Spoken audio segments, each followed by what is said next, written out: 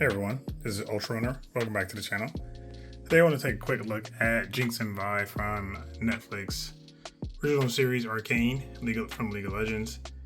I wasn't going to do any kind of video on them until I did my showcase, or I guess really my collection tour. And I had one of my subscribers actually asked to just do some brief on them. You know, I'm not doing an unboxing or anything like that at all. Just kind of want to walk you through these guys, why I got them, how are the figures across the board, and, my thoughts on them.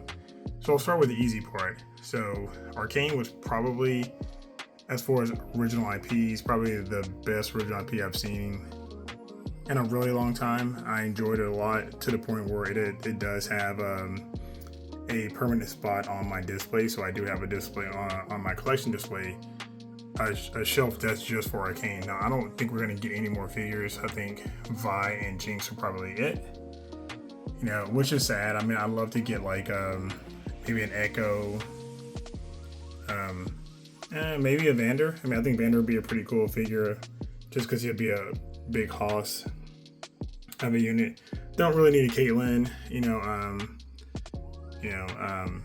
but it is what it is, but for the most part, if this is all we end up with until the spin-off, drops or whatever, then I think that's pretty cool. But I think as far as figures go, these are definitely two of the best, if not more, of all time, Hot Toys figures, as far as what I collect. So what I've picked up, which is a pretty wide, diverse sample, I would say, of figures. The detail, they didn't miss anywhere. It looks like they spared no expense. I mentioned this with Jinx. To me, it looks like they had a huge budget, and every part of that budget was completely used, compared to a lot of other figures where I feel like, we don't see a lot of Hot Toys dipping into their bag. This was a complete, from beginning to end, down to the boots, which Brother Cousin Toys reviews like to say is not an accessory, but these asymmetrical boots, and unfortunately, that's the only thing unfortunate about this. This was not one for one to the show. It's pretty close to it. Some of the proportions are, but Jinx is a little different. Like, I've got a picture over here, and then a picture, and then here. So it's not one for one.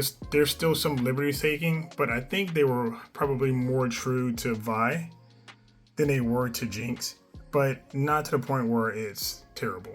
Like, I didn't look at it and kind of go, oh, they don't really match. They still match, and Jinx still looks, like a Harley Quinn, except, I would say done better, but this is also from somebody who is a huge Harley Quinn fan.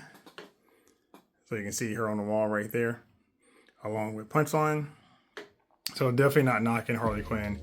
This is just Harley Quinn kind of on steroids. But they did a great job with her. Again, her accessories are stellar. Her minigun, her pow pow. There's two different versions of it. But I really want to talk about just like the attention to detail, like the posing. And okay, like if you see her here, I've got her head turned to the side so she's looking here directly, and I do have customized coming from her. I can't think of the guy's name, but he was on 1/6 kit, and he goes by France DC, but he does have eyes. I ordered like a month ago, and I just got the update that they'll be probably arriving here in the next few days or so. So I'll definitely just do a side-by-side comparison, probably like a little short on that, whatever. But again, posability, you can see here the full silicone body on display, not an issue.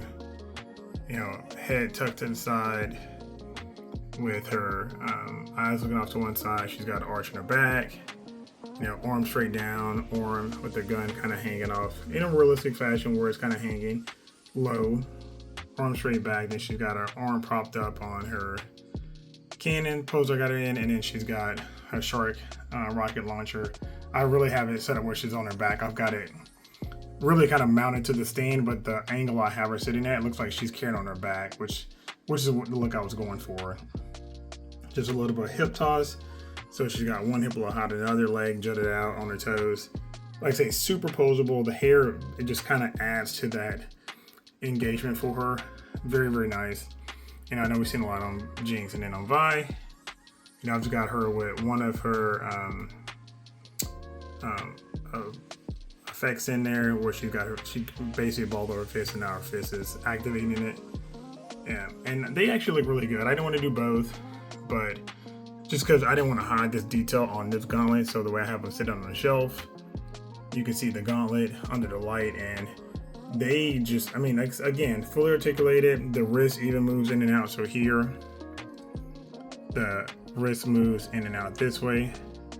So you've got some flexibility there. But yeah, they didn't cut any corners on this, you know. And then for you guys who haven't seen, I know there's tons of videos on Jinx, but you know, from the back as well, tattoos look great detail in them. I was very careful after watching Justin's video to not touch them. The only issue I had was with the vest. So this part here of the vest, the straps of the vest, are supposed to fit on top of this here, but I can't get mine to stay in place. Like this little undershirt here doesn't move over. And when I first got it, I thought this was, let me get this to focus, sorry. Come on. I thought this spot here was a tear, like in the silicone, but it's actually, that's the way the shirt's actually designed. So this side here doesn't have it. So I'll focus on her face. So here you can see it's the same idea. It's like the seam, but the seam's broken, but it's not a tear. So when I move it, this here, because this is just like a soft piece, nothing happens. So it's like, that's how it was sewn. So I don't know if that's super accurate. I mean, it's kind of hard to tell watching the show as many times as I've seen it, but getting this strap, I've played with this for a long time. Oops, sorry. To get this on top of here, and this does have some mobility, so you can move it.